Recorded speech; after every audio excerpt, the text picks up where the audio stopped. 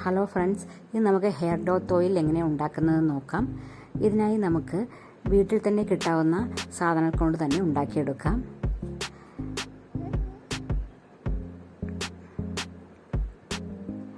ഇതിനായിട്ട് ഒരു കറ്റാർവാഴയുടെ കഷ്ണം, ഒരു 6 നെല്ലിക്കയോളം എടുത്തിട്ടുണ്ട്. പിന്നെ 10-20 ചെറിയ ഉള്ളി എടുത്തിട്ടുണ്ട്. കുറച്ച് തുളസിയില, കുറച്ച് പനിക്കൂർക്കയുടെ ഇല. ഇത് നമുക്ക് ജലദോഷമൊക്കെ വരാതിരിക്കാൻ വേണ്ടി ചേർക്കുന്നതാണ്. പിന്നെ കുറച്ച് കറിവേപ്പിൻ്റെ ഇല എടുത്തിട്ടുണ്ട്.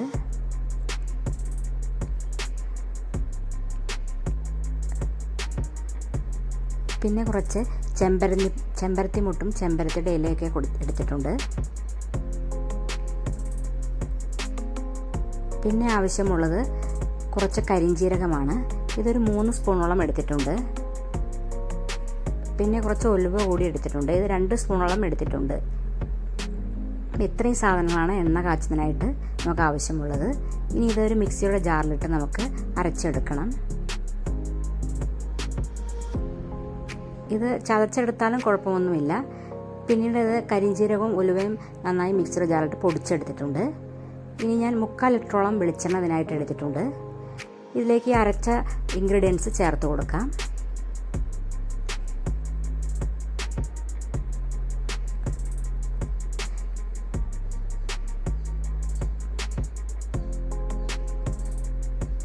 ഇനി ഇതിലെ വെള്ളമെല്ലാം വറ്റുന്നതുവരെ ഇളക്കിക്കൊണ്ടിരിക്കാം.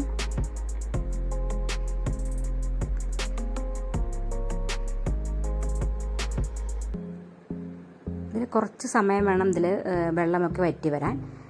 വെള്ളം ഏകദേശം വറ്റി ഏകദേശം ഇലകളൊക്കെ മൂപ്പെത്തുമ്പോൾ നമുക്കിതിൽ കരിഞ്ജീരകവും ഉലുവയും കൂടി പൊടിച്ചെടുത്ത് ചേർക്കാം.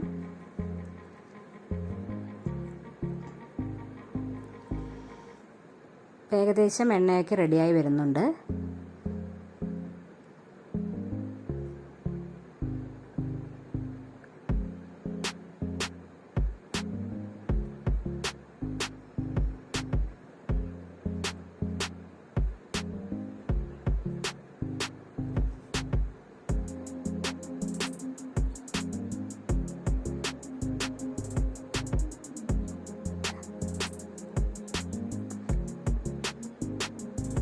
എണ്ണയിലെ സാധനങ്ങളൊക്കെ ഏകദേശം മൂത്ത് വന്നിട്ടുണ്ട്.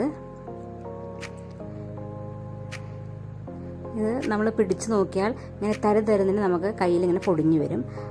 അങ്ങനെയുള്ള പരുവമാകുമ്പോൾ അത് ഓഫാക്കിയിടണം. കൂടുതൽ മൂത്തുപോയാൽ നീരിറക്കമൊക്കെ വരാനുള്ള സാധ്യതയുണ്ട്. ഇനി നമുക്ക് അത് ഒരു തുണിയിൽ അരിച്ചെടുക്കാം.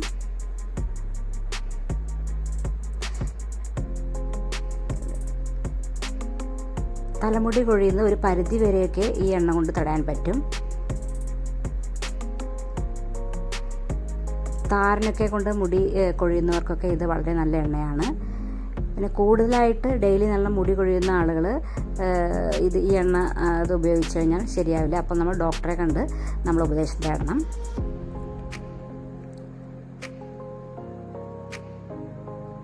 ഇപ്പോൾ നമ്മുടെ എണ്ണ റെഡി ആയിട്ടുണ്ട്. എല്ലാ കൂട്ടുകാരും ഇതൊന്ന് ട്രൈ ചെയ്ത് നോക്കുമല്ലോ. Thanks for watching.